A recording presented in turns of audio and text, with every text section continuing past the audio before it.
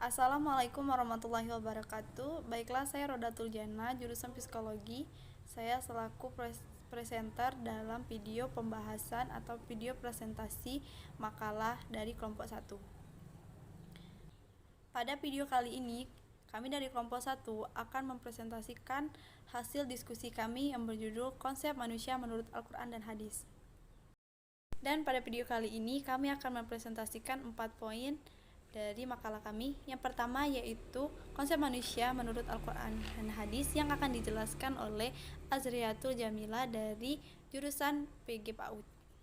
Dan yang kedua adalah proses penciptaan manusia yang akan dijelaskan oleh saya sendiri, Rodatul Jana dari jurusan Psikologi. Yang ketiga yaitu tujuan diciptakannya manusia yang akan dijelaskan oleh Mutiara Putri Ardison dari jurusan Pendidikan Musik. Dan yang terakhir yaitu peran manusia sebagai khalifah di muka bumi yang akan dijelaskan oleh Amanda Nopiani Yulia dari jurusan Penjaskes. Saya Azhariatul Jamila akan membacakan materi yang berjudul Konsep Manusia Menurut Al-Quran dan Hadis.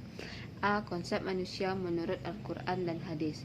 Manusia merupakan makhluk hidup yang paling sulit dimengerti meskipun oleh dirinya sendiri. Manusia adalah makhluk yang tidak bisa ditebak, namun rasional. Manusia juga memiliki fisik yang baik seperti halnya makhluk hidup lainnya. Manusia juga memiliki akal sehingga dia dapat menciptakan hal-hal yang luar biasa meskipun secara fisik dia tidak mampu melakukannya. Manusia melakukan hal-hal hebat dengan bantuan mesin-mesin yang dibuatnya. Dengan begitu, manusia bukanlah hewan, tapi mirip dengan hewan karena punya akal dan perasaan, sehingga manusia tidak memiliki konsep definisi yang jelas akan dirinya. Dalam Al-Quran ada beberapa konsep berkenaan dengan manusia. Dari ayat-ayat yang berkenaan dengan manusia, Al-Quran menyebut manusia dalam beberapa nama, yaitu A. Konsep Al-Bashir.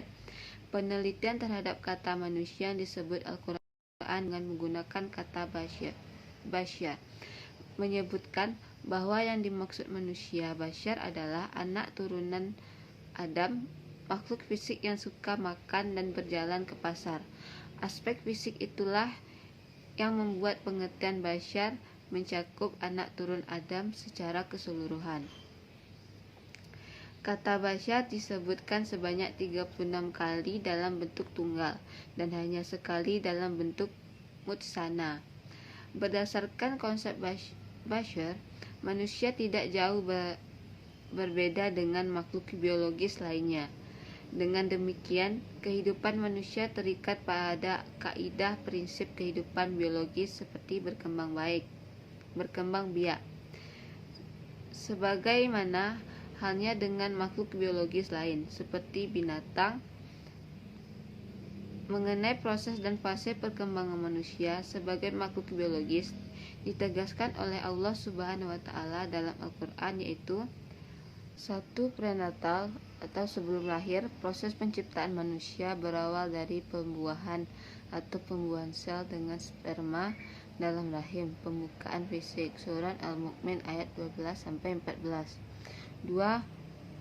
Postnatal atau sesudah lahir. Proses perkembangan dari bayi, remaja, dewasa, dan usia lanjut sebagaimana dalam surat Al-Mu'min ayat 67. Terjemahannya, Dialah yang menciptakan kamu dari tanah, kemudian dari setetes air mani, sesudah itu dari segumpal darah, kemudian dilahirkannya kamu sebagai seorang anak. Kemudian kamu dibiarkan hidup supaya kamu sampai kepada masa dewasa. Kemudian dibiarkan kamu hidup lagi sampai tua. Di antara kamu ada yang wafatnya sebelum itu.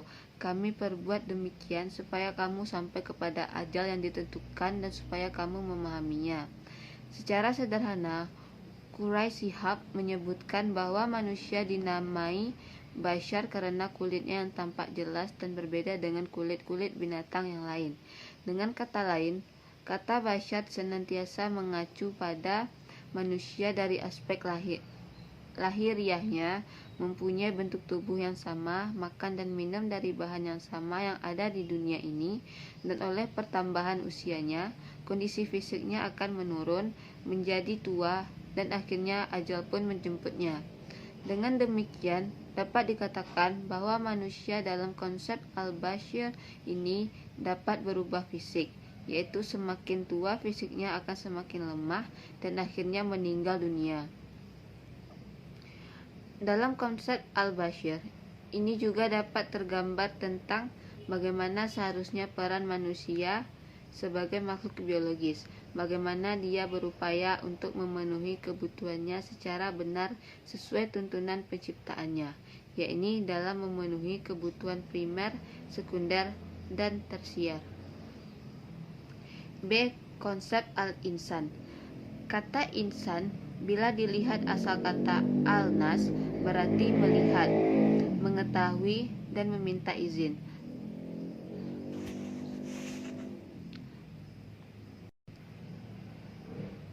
Atas dasar ini, kata tersebut mengandung petunjuk adanya kaitan substansial antara manusia dengan kemampuan penalarannya. Manusia dapat mengambil pelajaran dari hal-hal yang dilihatnya, dapat mengetahui apa yang benar dan apa yang salah, serta dapat diminta izin ketika akan menggunakan sesuatu yang bukan diposisikan sebagai lawan dari kata jin yang bebas, bersifat halus dan tidak biadab. Jin adalah makhluk bukan manusia yang hidup di alam antah berantah dan alam yang tak terinderakan, sedangkan manusia jelas dan dapat menyesuaikan diri dengan realitas hidup dan lingkungan yang ada. Proses penciptaan manusia menurut Al-Quran dan Hadis. Pada surah Al-Mu'minun ayat 12-16 Allah menjelaskan bahwa manusia diciptakan dari tanah dan manusia juga diciptakan dari air mani yang ditempatkan di tempat yang kuku, yaitu rahim. Kemudian air mani itu Allah jadikan segumpal darah itu dijadikan segumpal daging itu dijadikan tulang belulang, dan tulang belulang itu dibungkus dengan daging. Kemudian Allah jadikan makhluk berbentuk lain, yaitu manusia. Maha suci Allah sebagai Maha Pencipta yang baik.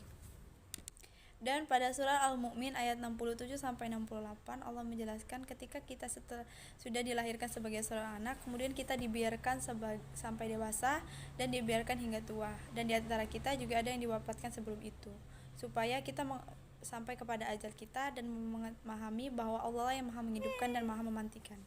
Dan Nabi Muhammad SAW juga bersabda bahwa manusia pertama, yaitu Nabi Adam, itu diciptakan dari tanah, dan wanita diciptakan dari tulang rusuk yang bengkok.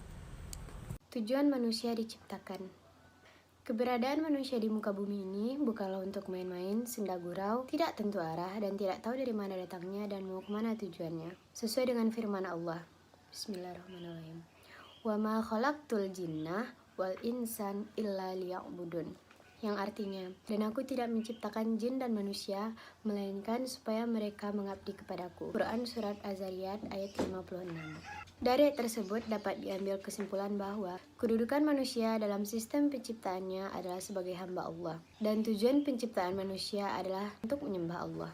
Manusia diciptakan oleh Allah sebagai makhluk yang paling canggih, mampu menggunakan potensi yang dimilikinya dengan sebaik-baiknya, menguasai ilmu pengetahuan, melakukan aktivitas amal soleh. Maka manusia akan menjadi makhluk yang paling mulia dan makhluk yang paling berkualitas di muka bumi ini sesuai dengan fitrahnya masing-masing.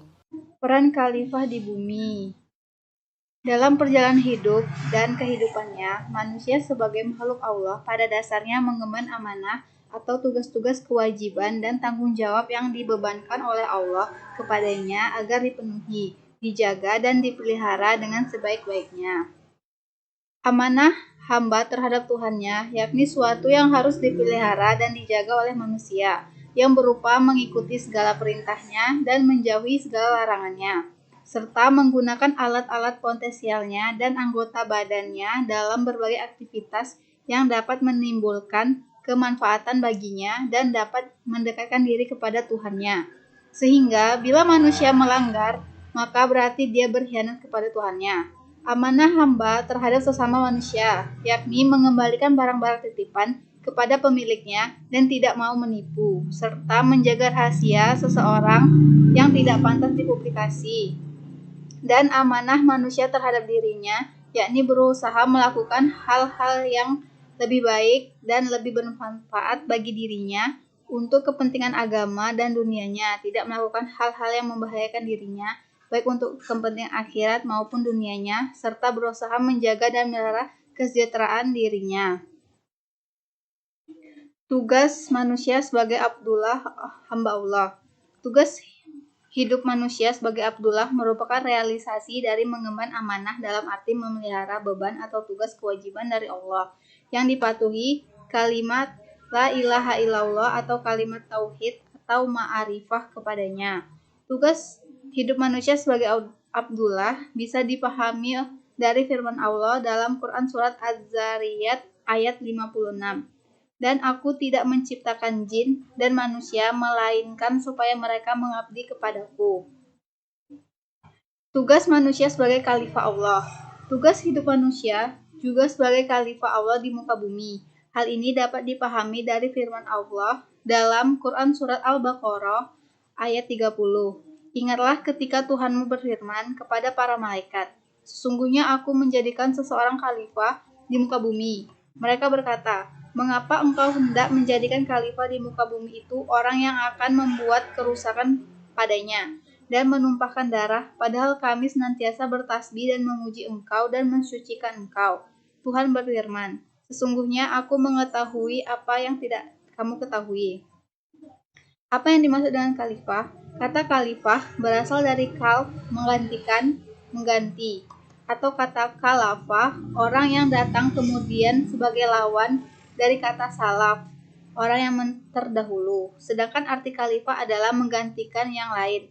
Ada kalanya karena tidak hadirnya orang yang digantikan, atau karena kematian orang yang diganti, atau karena kelemahan atau tidak berfungsinya yang diganti. Misalnya Abu Bakar ditunjuk oleh umat Islam sebagai khalifah pengganti Nabi Muhammad SAW, yakni penerus dari perjuangan beliau dan pemimpin umat yang menggantikan Nabi Muhammad SAW setelah beliau wafat, atau Umar bin Khattab sebagai pengganti dari Abu Bakar, dan seterusnya. Dan adakahnya mulia memberi penghargaan atau kedudukan orang yang dijadikan pengganti. Kesimpulan yang dapat kita ambil adalah manusia merupakan makhluk yang diciptakan oleh Allah dengan segala kesempurnaannya dari makhluk yang lainnya, karena manusia dilengkapi dengan akal dan pikiran. Walaupun manusia dengan makhluk lainnya sama-sama makhluk ciptaan Allah, dan Allah menjadikan manusia tidak sia-sia, karena manusia tersebut dilengkapi dengan akal dan potensi yang dimilikinya dapat menjadi khalifah dan abdun. Allah menciptakan manusia bukan hanya untuk menyembah kepada Allah, melainkan juga memiliki peran penting, yaitu memakmurkan bumi dan memelihara serta mengembangkan untuk kemaslahatan hidup manusia. Namun, Allah akan meminta pertanggungjawaban sesuai dengan peranan manusia tersebut yang dilakukan selama di dunia. Baiklah, itulah tadi video pembahasan dari kelompok kami. Terima kasih atas segala perhatiannya dan mohon maaf jika masih banyak kesalahan karena kami masih dalam proses belajar dan masih banyak butuh bimbingan. Saya akhiri, wabillahi taufiq wal hidayah. Wassalamualaikum warahmatullahi wabarakatuh.